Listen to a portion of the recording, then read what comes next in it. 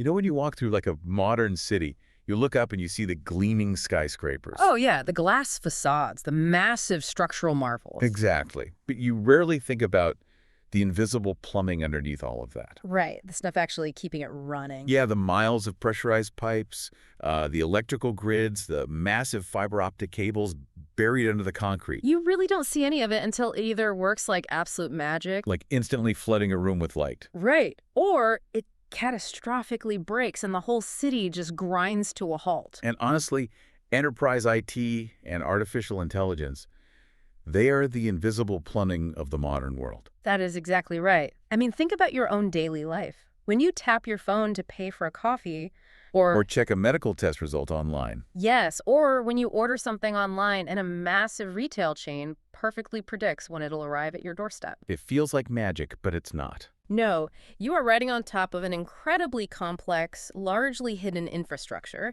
Hmm. And if that plumbing fails, the entire consumer experience just collapses. Which brings us to what we're doing today. Welcome to today's deep dive. It's going to be a good one. Yeah, we are taking a magnifying glass to the 2025 Annual Report of Systems Limited. Which, if you're listening and haven't heard of them, they are a massive global AI-first technology company. Huge.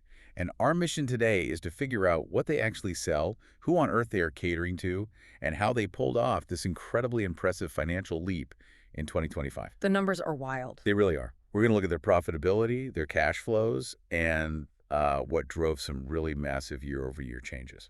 Okay, let's unpack this. Let's do it. Before we can talk about the billions of rupees this company generated, we need to understand the mechanics.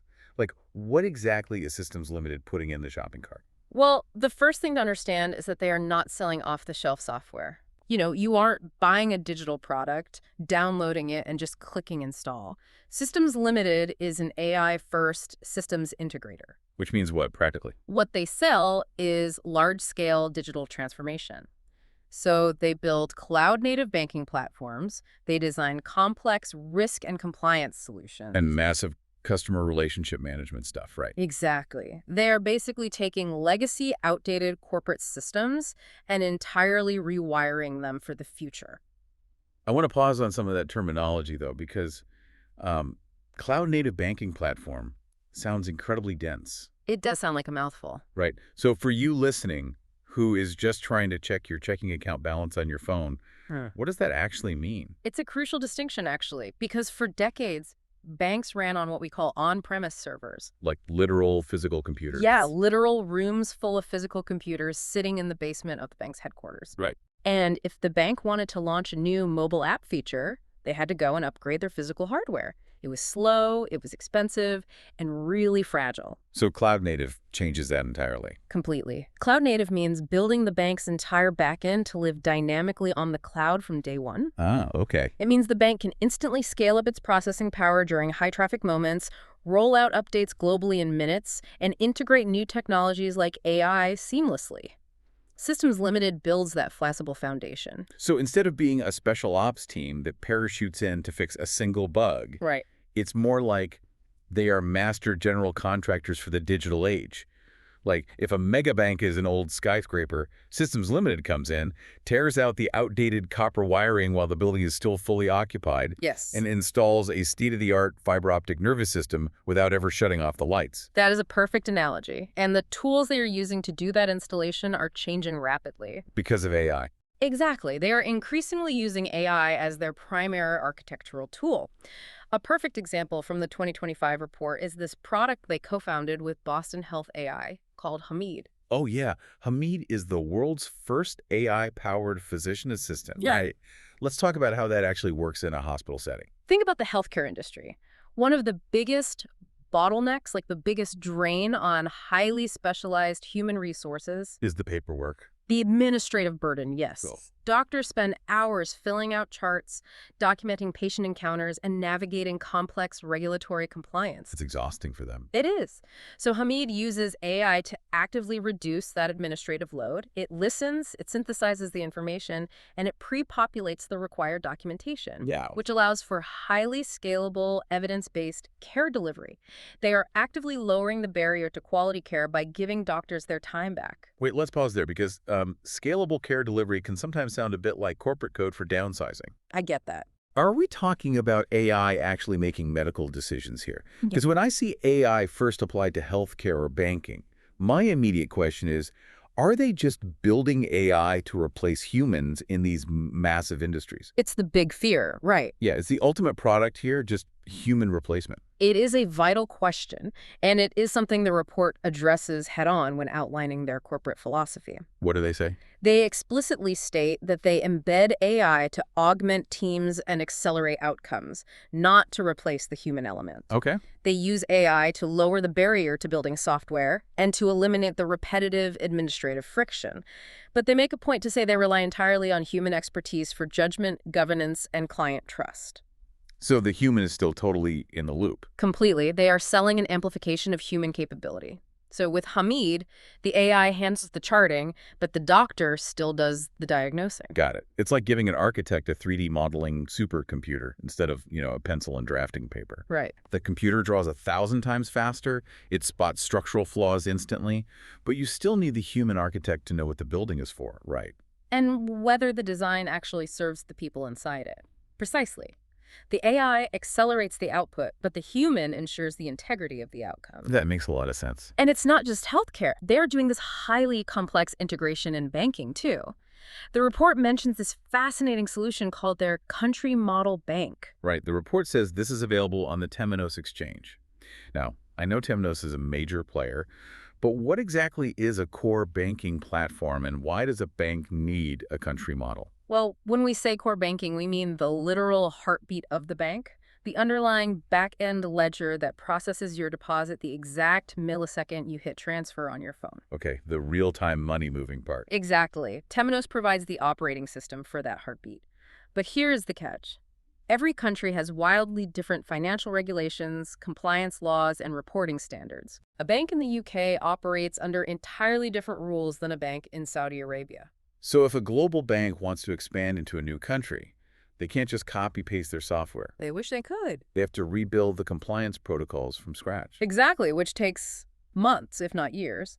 So what Systems Limited did was build a pre-configured compliance solution, the country model bank. I see. So banks using Temenos can just plug it in. It instantly navigates those local regulatory hurdles, which dramatically accelerates how fast a bank can get to market in a new region. That's incredibly smart. So they are building these bespoke, highly sensitive digital brains for megabanks and global healthcare providers. But who exactly is buying this level of architecture? Mega corporations. In 2025, Systems Limited served 272 total active customers. Which honestly doesn't sound like a huge number at first glance. It doesn't. I mean, if you run a coffee shop, 272 customers is a slow Tuesday. But then you look at the sheer scale of the revenue. Right, because these aren't casual transactions. 57 of those customers brought in over $1 million in revenue each. Wow. Over $1 million each. Yeah. These are deep, structural, multi-year engagements. In the banking and financial services sector alone, over the last 10 years, they have transformed more than 50 banks. That's massive. It is. Their systems are touching over 150 million end customers worldwide. And it extends way beyond banking, too. They were working with top telecom operators. Oh, absolutely. The report highlights that they unified over 100 different customer channels for major telecom clients. Which is a logistical nightmare to do. Yeah, I mean, when you call your telecom provider to complain about a bill and the representative magically knows about the angry chat message you sent an hour ago, Right. that's what unifying 100-plus customer channels looks like. That is Systems Limited's architecture at work. And it gets results. Yeah. The report actually notes they drove a 93% improvement in customer retention for those telecom clients. Plus, they are running digital transformations for over 40 major retail clients. But, building this highly specialized digital brain for mega banks and global telcos raises a massive logistical challenge. How so? Well, you can't just email a zip file of new core banking software to a financial institution in the Middle East and just wish them luck. Right, obviously. The deployment of this tech requires massive, boots-on-the-ground orchestration, which kind of explains their core business model and how they actually scale. Right, because they operate in more than 16 countries. We're talking about major hubs, the UK, the US, the Middle East, and Africa region. Which they refer to as MEA in the report. Right, MEA. And the Kingdom of Saudi Arabia, the Asia-Pacific region, and, of course, their home base in Pakistan. It's a huge footprint. And to run operations across all those borders, they have a global talent base of 8,271 professionals. How do you possibly manage an 8,200-person general contractor business across 16 countries? You do it through very strategic avenues of growth. They basically divide this into organic and inorganic growth. Okay, so organic meaning what? Organically, they grow by expanding within their existing client relationships. Once they successfully replace the outdated copper wiring in one part of a bank's digital skyscraper, the bank inevitably hires them to rewire the rest of the building. That makes sense. Once you're in, you're in. Exactly. But they also rely heavily on global tech partnerships. They are deeply partnered with SAP, and they are in the Microsoft Inner Circle for AI business solutions. Wait, what does that actually mean in practice, the Microsoft Inner Circle? Is that just like a marketing badge? Not at all. It is highly exclusive. In fact, they've been named to that Inner Circle 5 times. Oh, yeah. Yeah, it means they are recognized by Microsoft as being in the top 1% of their global network of partners. Top 1%. They get early access to Microsoft's AI roadmaps, deep technical support, and joint strategic planning. So when a mega corporation wants to implement Microsoft's enterprise AI, Microsoft literally points them to Systems Limited. That is a massive endorsement. But then there is the inorganic growth side of the model, which means acquisitions. Buying other companies to immediately bolt on new capabilities instead of building them from scratch. Exactly. They actively acquire companies to rapidly expand their expertise in specific domains. For instance, they previously bought a company called ND Tech specifically to dominate digital banking implementation. Okay. And in 2025, there's a fascinating detail buried in the report about a new acquisition. They acquired British American Tobacco SAA Services. I saw that and had to do a double take. Yeah, it's a weird one at first glance. Why on earth would an AI-first technology firm buy a division of a global tobacco company? It seems counterintuitive until you look at what that division actually does. They didn't buy the tobacco business, right? They bought their shared services arm. Shared services? Yeah, in massive global corporations, shared services are the centralized support functions. Things like marketing operations, finance, HR, and procurement. Ah. British American Tobacco had built a highly sophisticated internal engine to run those functions globally. Ah, I see. So Systems Limited isn't getting into the tobacco industry.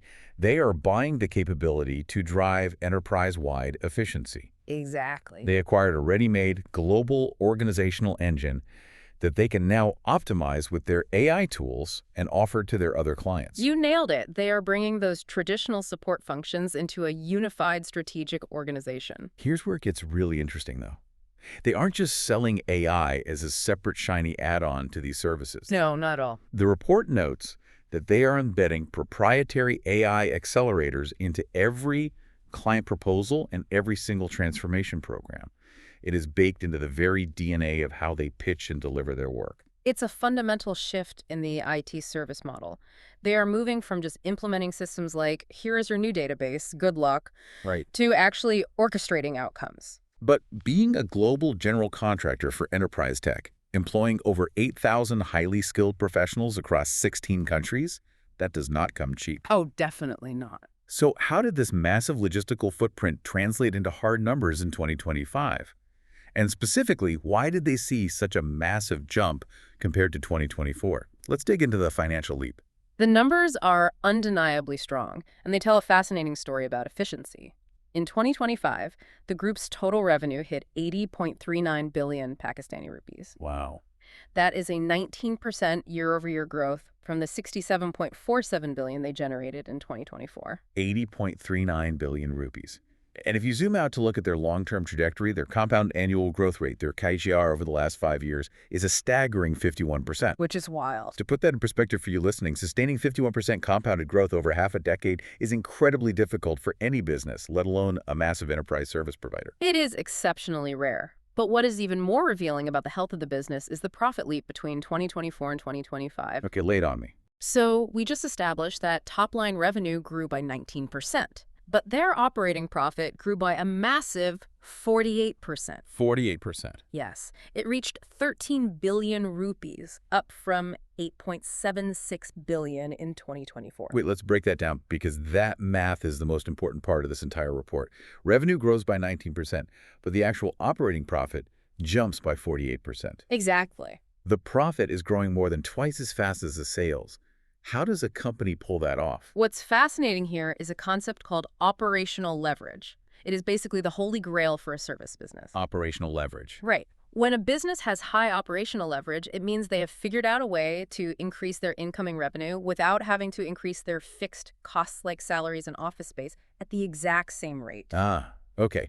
Let's imagine a traditional consulting firm, right? Sure. If a traditional firm wants to take on 20% more client work to boost their revenue, they generally have to go out and hire 20% more consultants to do that work. Exactly. Their costs rise right alongside their revenue in a very linear one-to-one ratio. Exactly right. That linear relationship has always been the bottleneck for service businesses. But Systems Limited is breaking that ratio. How? The 2025 report explicitly credits this massive profit jump to enhanced operational efficiency, improving productivity, and the optimization of fixed costs. Which goes back to the AI. Yes. Because they are embedding AI into their delivery model at a fundamental level, their existing talent base of 8,271 professionals can punch far above their weight class. The AI is acting as a force multiplier. Exactly. If Hamid can cut a doctor's administrative time in half, their internal AI accelerators are likely cutting their developers and consultants' coding and integration time down significantly. They're scaling their output and therefore billing more revenue without having to scale their headcount proportionally. That is the exact mechanism driving these margins, and the result is a beautifully healthy income statement. The net profit margin improved to 14%, and their gross profit margin stood at 28%. And looking at the geography of this growth, where is all this highly leveraged revenue actually coming from? Well, the report highlights two absolute powerhouse regions, the Asia-Pacific region, or APAC, and the Middle East and Africa segment, which they call MEA. MEA is huge for them. Oh, yeah. The MEA segment alone brought in over $47 billion of that $80 billion total revenue. Wow. These regions are delivering incredibly strong, high-margin growth as massive traditional institutions in those areas rapidly modernize their infrastructure. Okay, so the profit on paper looks fantastic, 13 billion rupees in operating profit. But as anyone studying a business knows, profit is just an accounting metric. Right, cash is reality. Exactly. Profit on an income statement is great, but if the mega banks and telcos aren't actually paying their invoices on time, the business starves. Does the actual cash flow match these impressive profit numbers?